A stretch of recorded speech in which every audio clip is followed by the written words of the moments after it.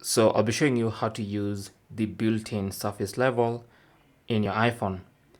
Now for this tutorial, I'm using the iPhone 14 Pro running iOS 16, but this should work on pretty much any iPhone. So what you need to do is find and open the Measure app on your iPhone. Now this one comes pre-installed on the iPhone. Mine is here inside this education folder. This is the Measure app. It normally comes pre-installed on the iPhone. So go to the Measure app, and with the Measure app open, tap on level in the bottom menu. Just tap on level, there it is.